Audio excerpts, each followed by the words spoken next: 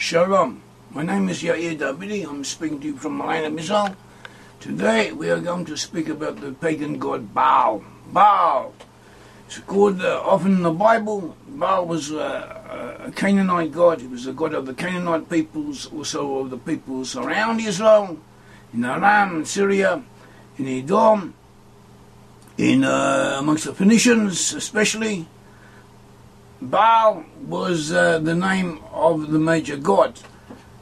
He was also, the name Baal could also interchange with the name of other gods, such as Kalbos in Edom, or Melkat in Tyre of the Phoenicians, or Hadad amongst the Arameans in Syria, and so on.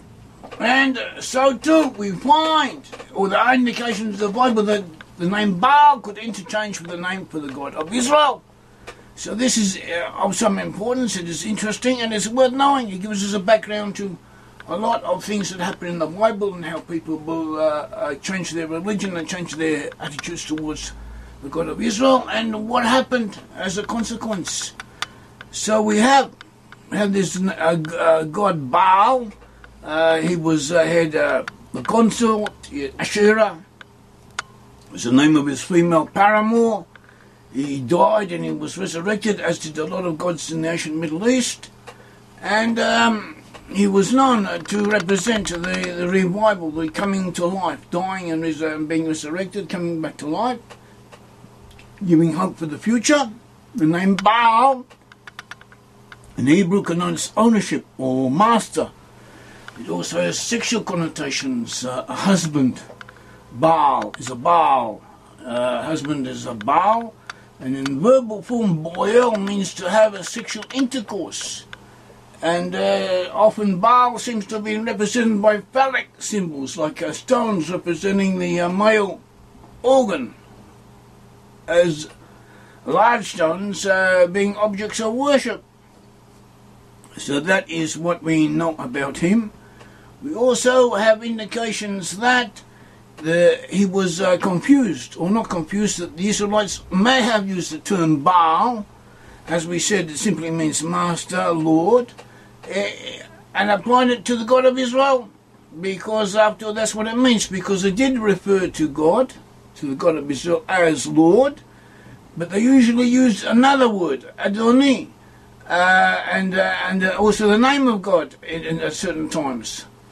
But the Baal seems to have also been used in that context, in that application, even though when the prophets came to write down the Bible, they tended to avoid explicit reference to this. We have hints about it. One of the sons of David is known as Baal Yada. In one place, in 1 Chronicles 14:7, and this same person is also referred to as El Yada. 1 Chronicles 3:8. El means God, and Baal Yada also means Baal Yada. God knew, and Baal knew. So we have this interchange of the names. We also have in Hosea chapter 2, verses 16 onwards, it says, "And it shall be in that day, says the Lord, that you will call me my husband, and no longer call me Baali, that is my master. For I will take from my mouth the names of the Baals, and they shall be remembered by their name no more." Another, an additional explanation we should point out, the Baal was the name of a specific god. A specific personage in the pagan pantheon was known as Baal. In addition to that, all the gods, or a multitude of gods, were also known as Baalim in the plural, because they each had their specific tasks, and they were have to say Baalim over specific areas or specific fields of activity. So we have a Baal as a main god in the plural, and there's some Baalim as a multitude of other deities, which that in some way perhaps were considered manifestations of the prime Baal. And this is what we have. We also find in the northern Sinai. In northern Sinai, there's a place called Consequently Ashrod, and it is in a region which we believe to have been the provenance of the tribe of Simeon, even though it adjoins the kingdom of Edom, it was an Israelite centre. And even though it is in the south, it seems to have belonged or have been attached to the northern kingdom. Let us explain for those who are not familiar with the background. Originally there were 12 tribes of Israel. 12 different tribes of Israel were united as the tribes of Israel. They were united under Kings Saul, David and Solomon. When Solomon died, King Rehoboam became king. But the other tribes were dissatisfied with his rulership or with aspects of what was going on. So they separated, they seceded, and they created their own kingdom, headed by Yeroboam ben Nebat. Yeroboam, Jeroboam in English transliteration, and he set up 2 golden calves. And he said, these are your gods, Israel, who you will worship. And these golden calves were in Brit-Am and in Dan. And he told the people to worship these calves instead of worshipping the one God of Israel, whose center was in Jerusalem. He said Consequently Asherah was in the south, but it was somehow or other was attached to the northern kingdom. There are hints in the Bible that Shimon, who even though was in the south, was somehow attached to the northern kingdom, so to the kingdom of Edom. For instance, we find that the 10 tribes are referred to as 10 tribes, but if we count them up, if we don't include Shimon, we only have 9. So, and also we have the king of Josiah, the son of Ammon, the king of Judah, who later went through the areas of the lost 10 tribes and purified them. He is related as going through the area of the 10 tribes and also of Shimon, and purifying it in its destructive ruins. It's Havotehem. And so we see that Shimon was included with the 10 tribes who were exiled. So somehow or other there was a connection between the 10 tribes and Shimon in the south, and in this archaeological site. In the archaeological site of Consequently Asherah, we find the name of God. We find inscriptions and pictures of the God of Israel, and the name of the God of Israel together with Asherah. In other words, the name of the God of Israel and the God of Israel is depicted as playing the same role as Baal or Baal did elsewhere. So that is, we have a confusion of identities. They took the images of God Almighty and applied them to Baal, and they took the images of Baal and applied them to the God of Israel. This is what, and this confusion was one of the reasons why they were exiled. As it says, we have put a lie, you things which were not so. That was one of the reasons the Israelites were exiled, were saying things about God that were not true. And this northern kingdom continued in its ways, continued to worship foreign gods, and they intermixed and learned from the pagan Phoenician Canaanites around them, and as a consequence they were punished. They were punished and they were taken away into exile by the Assyrians, lost consciousness of their ancestry in their places of exile, but they remained together, and over the course of time they migrated. They moved to the north, and they moved from the north, they moved westward into Western Europe. That was their major pathway of migration, to the north and then to the west. But there were also other sections of them that were taken by Phoenicians and Minoans, that is, people from Crete and Cyprus and so on, were acting on behalf of the Assyrians. They were taken away by these other peoples, also to the British Isles, also to Spain and that area, and to Scandinavia.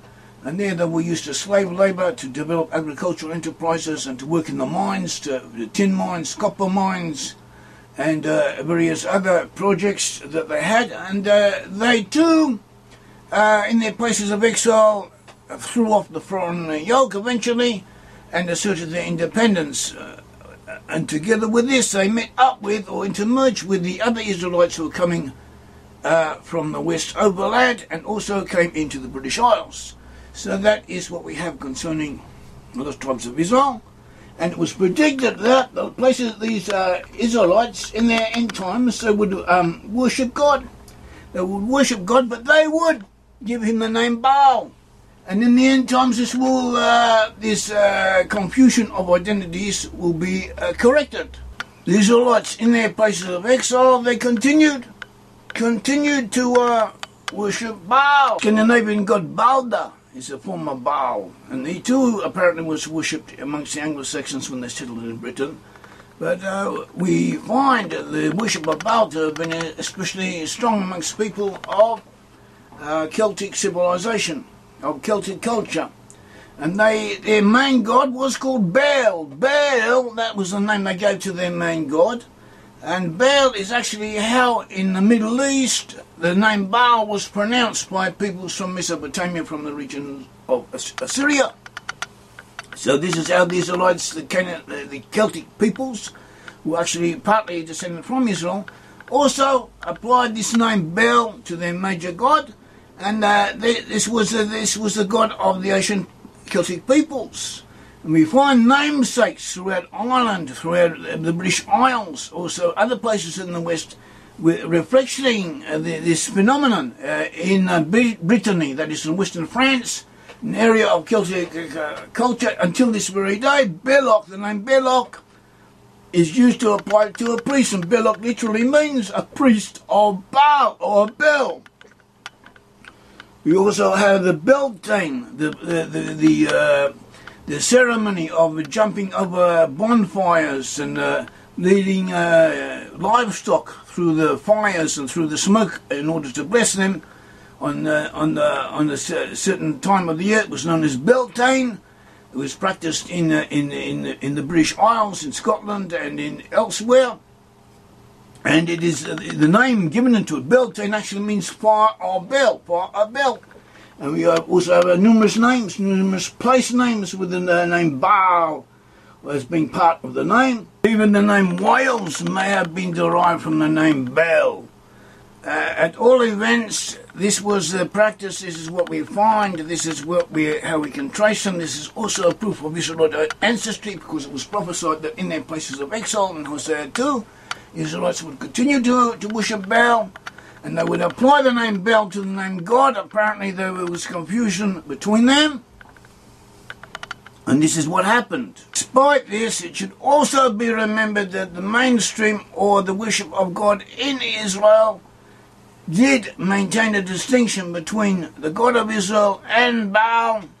They did not worship God as Baal and did not worship Baal as the God of Israel. They retained a distinction between the two.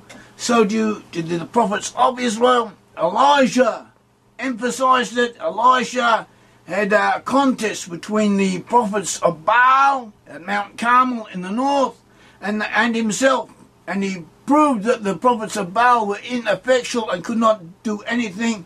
Their God would not answer them, but the God of Israel did answer Elijah, and then Elijah wiped out the prophets of Baal at that time.